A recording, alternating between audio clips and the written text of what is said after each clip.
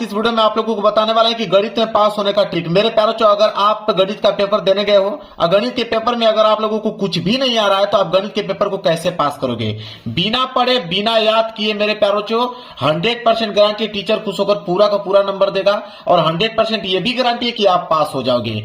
मेरे प्यारों चो, आज की इस वीडियो में यही बताने वाला हूं कि फॉर्मूला याद हो या न हो, आप डायरेक्ट एग्जाम हॉल में पहुंच गए हो, आपके पास पेपर आ गया है। देखिए मेरे पास 2026 बोर्ड का गणित का पेपर है।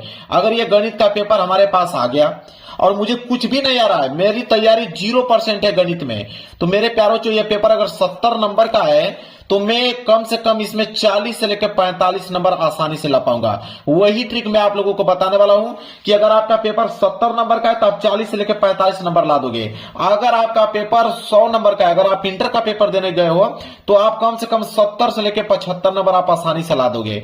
मेरे प्यारे बच्चों, हर साल वीडियो बनाता हूं और इस साल भी बनाया हूं। अगली साल वीडियो मैंने बनाया था तो 1 मिलियन बच्चों ने प्यार दिया था, मतलब 10 लाख बच्चे उस वीडियो को देखकर गए थे। उसमें बहुत सारे कमेंट ऐसे आए थे कि हाँ सर, हर साल हम गणित में फेल हो रहे थे, लेकिन आपके ट्रिक की मदद से हम लोग इस बार बहुत अच्छा अंक लेकर आए हैं। तो मेरे प्यार जो दावा करता हूं, देखिए मेरे पास सिर्फ पेपर है और ये बोर्ड एग्जाम की कॉपी है। मैं खुद इसमें जितने भी प्रश्न है सारे प्रश्नों को करके मैं आप लोगों के सामने दिखाने वाला हूं। बस वीडियो में बने रहिए और चैनल पर नए होंगे तो चैनल को जरूर सब्सक्राइब कर लीजिएगा और उनके पास इस वीडियो को शेयर कीजिए जिनका गणित का पेपर होने वाला है, ताकि भेज दीजिए कि वो भी गणित में पास हो पाए। देखिए मेरे प्यारों, अगर हम बात करें, 2 टाइप के क्वेश्चन बनते हैं मेरे प्यारों, 2 टाइप के प्रश्न बनते हैं। मैं आपको अगर बताना चाहूं, देखिए अगर यह मैथ है तो मैथ में 2 टाइप के प्रश्न बनते हैं।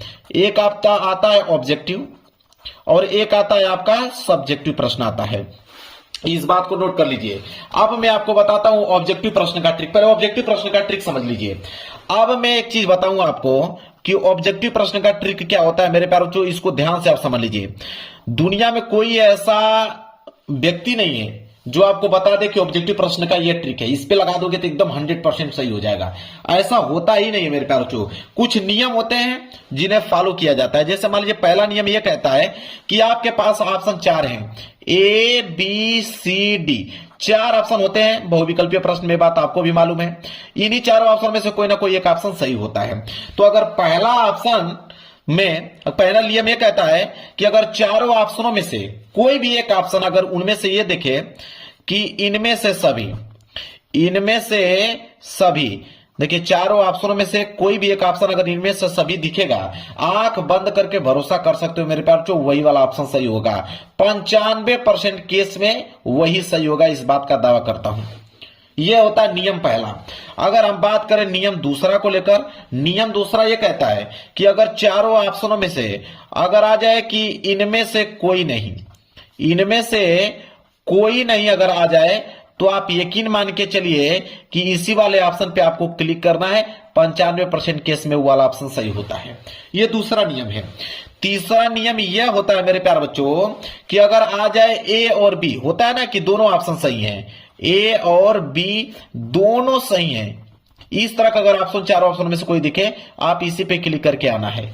अब जो बचा, यह जो होता है 3 ऑप्शन जो दिखाई दे रहे हैं, यह 3 ऑप्शन सिर्फ 5% केस में बनता है। सिर्फ 5% क्वेश्चन में आप लोगों को ये वाले ऑप्शन देखने को मिलेंगे।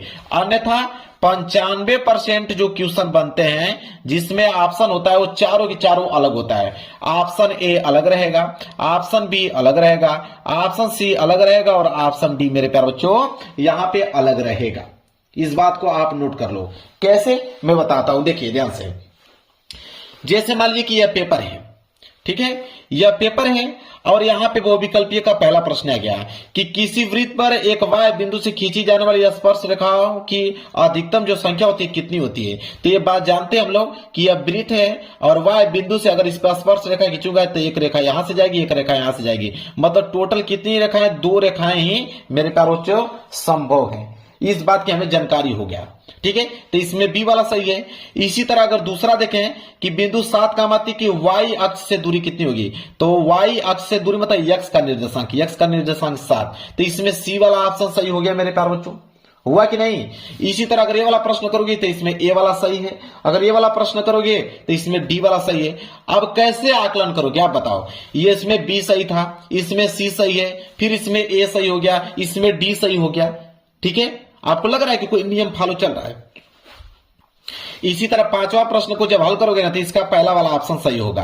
अब देखिए 5 प्रश्नों को मैं खुद आपके सामने सॉल्व किया, तो एक में बी सही है, एक में सी सही है, एक में ए सही है, फिर इसमें डी सही है, इसमें ए, मतलब 5 प्रश्न मैंने सॉल्व किया।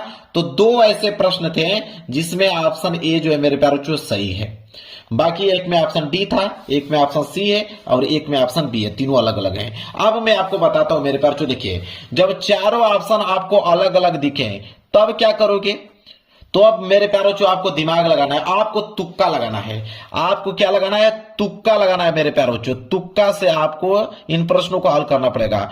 तुक्का ये कहता है मेरे प्यारों जो कि ज्यादातर ऑप्शन सी पे आप क्लिक करें, ज्यादातर जो आपके क्वेश्चन है वो ऑप्शन सी पे क्लिक करें। अगर सी पे क्लिक करेंगे तो देखिए 5 प्रश्न था, तो उसमें से 2 प्रश्न जो थे जिनका ऑप्शन सी था, ठीक है, बाकी एक में ऑप्शन ए है, एक में ऑप्शन बी है, एक में ऑप्शन बी है और एक में ऑप्शन आपका डी है।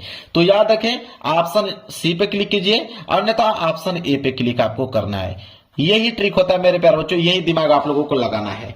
अगर रह गई बात मेरे प्यारे बच्चों, अगर हम बात करें कि गणित में नंबर किसका मिलता है मेरे प्यारे बच्चों, तब देखिए मैं आपको बताता हूं गणित में नंबर किसका मिलता है।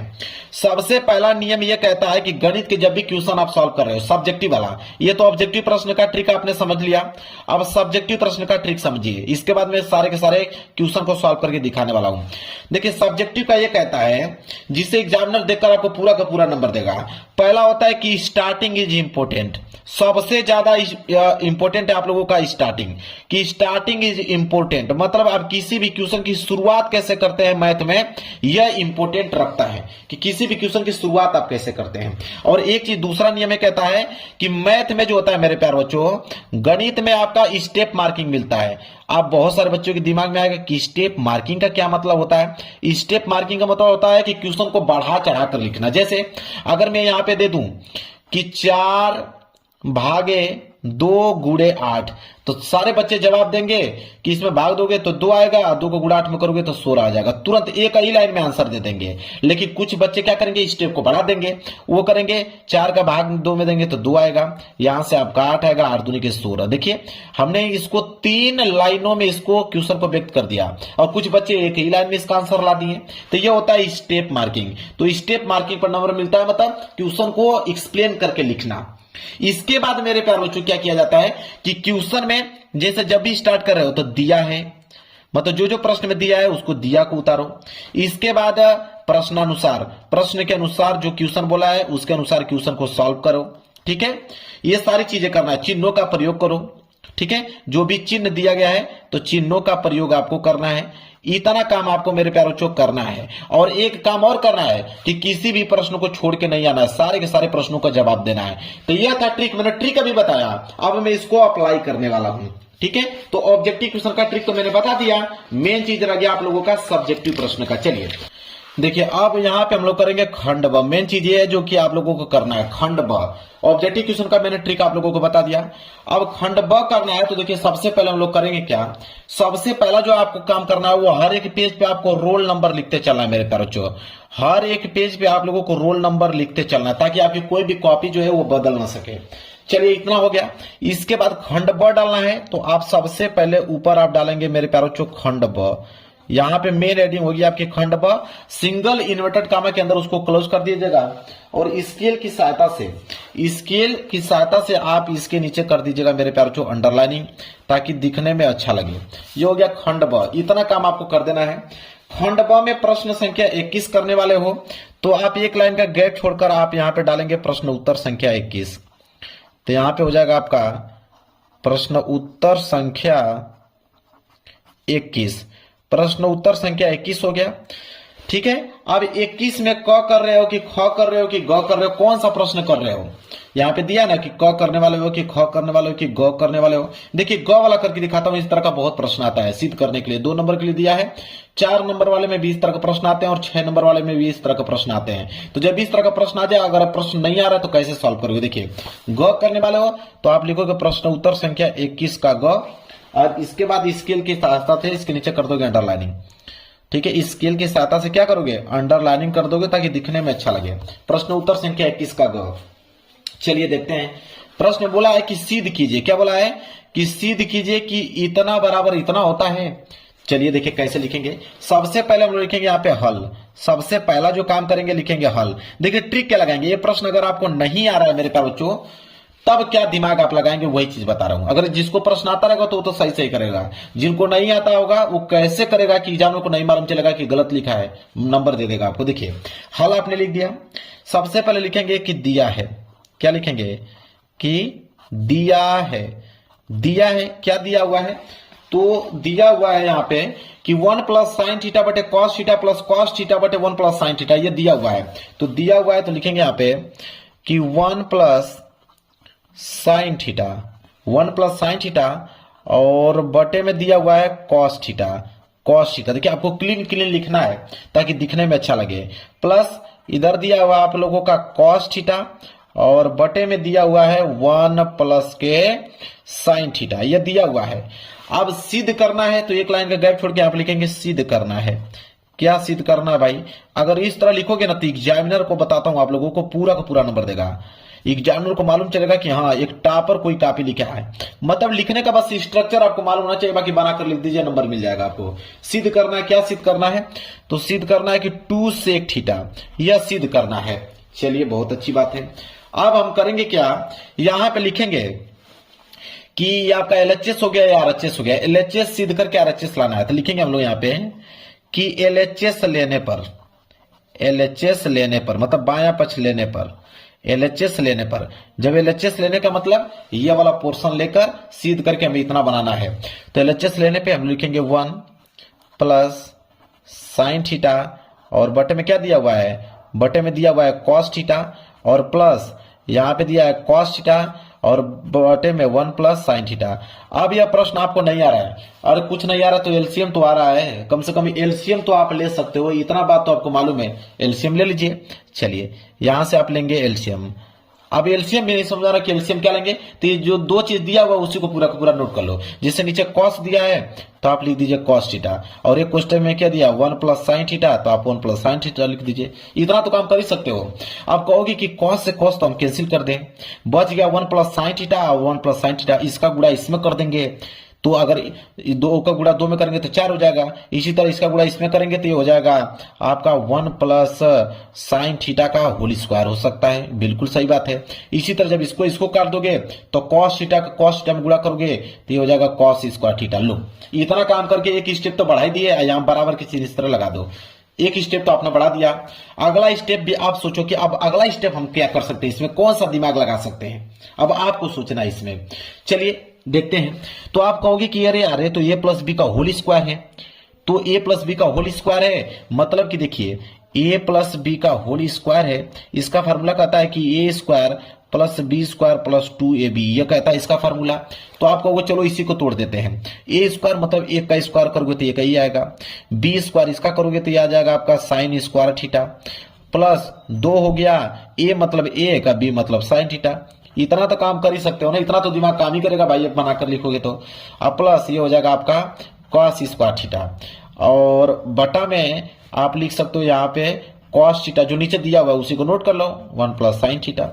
ठीक है, अब दिमाग आप लगाना यहाँ पे, आप कहना बनाकर कि साइन स्क्वायर थीटा और प्लस कॉस स्क्वायर थीटा बराबर तो 1 होता है, इन दोनों का मान 1 लिख दो तो 1 मिलकर हो जाएगा 2, आप प्लस 2 को गुणा इसमें करोगे तो हो जाएगा आपका 2 साइन थीटा। होगा कि नहीं होगा, बिल्कुल होगा। और बटे में क्या लिखोगे, बटे में वही चीज जो नीचे दिया हुआ है कि कॉस थीटा और 1 प्लस साइन थीटा। पेज भर गया। लो भाई इतना ही आपने बनाकर लिखा कि पेज भर गया, पेज भर जाए तो कोई दिक्कत नहीं, आप यहाँ पे लिख दीजिए पीटीओ पेज टर्नओवर, पेज को पलट दीजिए, कोई दिक्कत नहीं है। चलिए जब पेज को आपने पलट दिया तो जो चीज लिखा था उसी को यहाँ पे लिख दीजिए। तो पीछे था कि 2 प्लस 2 साइन थीटा था और नीचे आप क्या था यहाँ पे कि कॉस थीटा था और 1 प्लस क्या था साइन थीटा था।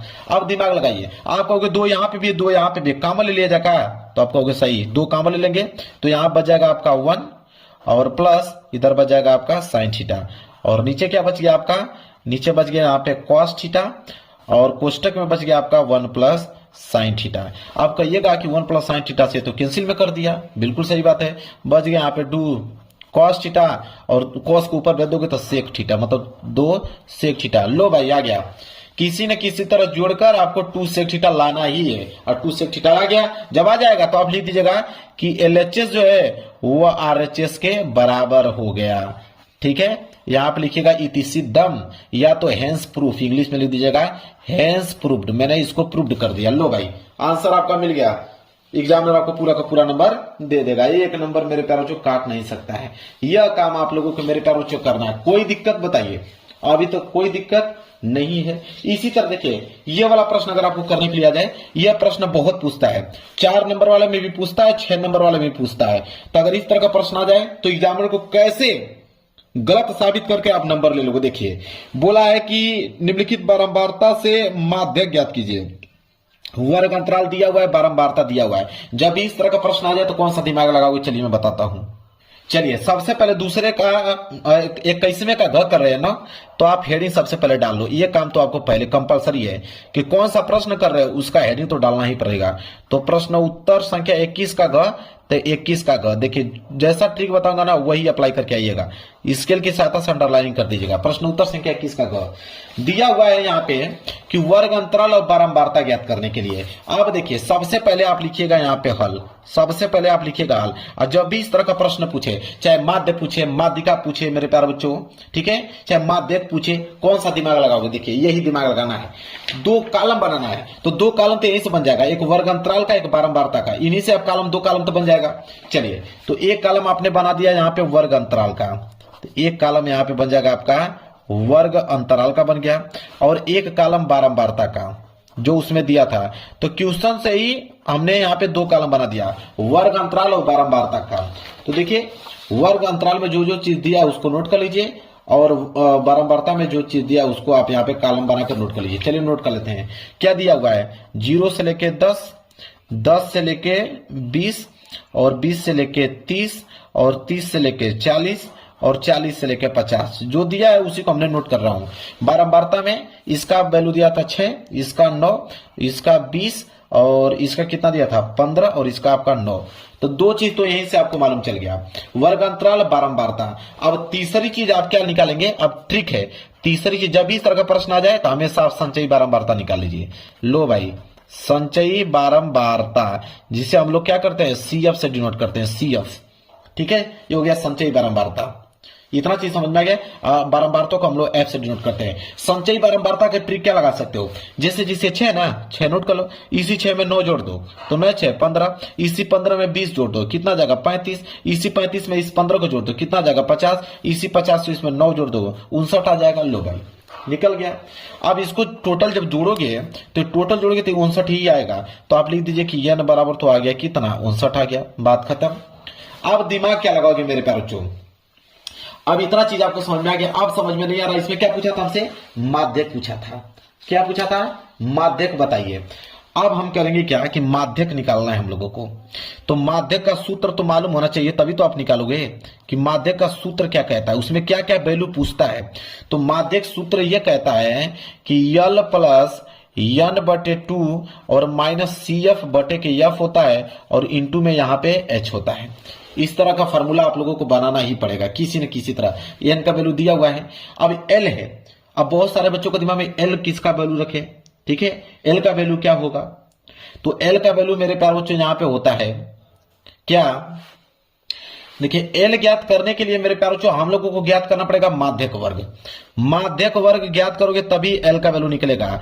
तो माध्यक वर्ग कैसे ज्ञात किया जाता है? माध्यक वर्ग ज्ञात करने के लिए ये जो n दिया हुआ है उसको n/2 कर दो, मतलब 59 का आधा कर दो। 59 का आधा जब करोगे तो आ जाएगा 29.5। अब 29.5 किस में आएगा? वो आ जाएगा आपका 35 में। जब 35 आ गया मतलब वर्ग अंतराल किस में आ गया? 20 से लेके 30 में आ गया।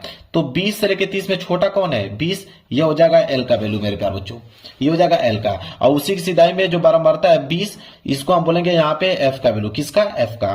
और ये जो 35 आया उसके ऊपर की वैल्यू को हम बोलते हैं CF का वैल्यू, ठीक है।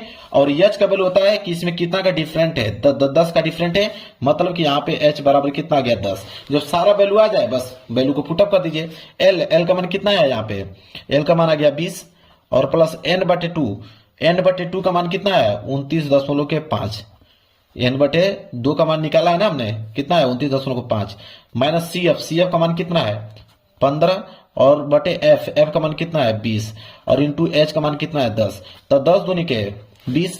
ठीक है, इधर बच गया 20 और प्लस 29.5 में से आप 15 घटा दीजिए तो 14.5 बटेगा और नीचे कितना बचा है आपका 2, तो 2 बचा है तो इसको काट दीजिए तो हो जाएगा 20 और प्लस 2 साथे 14 और ये हो जाएगा 2 दूनी के 4 2 5 10, जब जोड़ दोगे तो 20 और 7 27.25, ये आ जाएगा आपका माध्यक। यह काम आपको मतलब किसी न किसी तरह कैलकुलेशन करके आप उसका आंसर लाना है कि कोई ना कोई, तो हो गया माध्यक।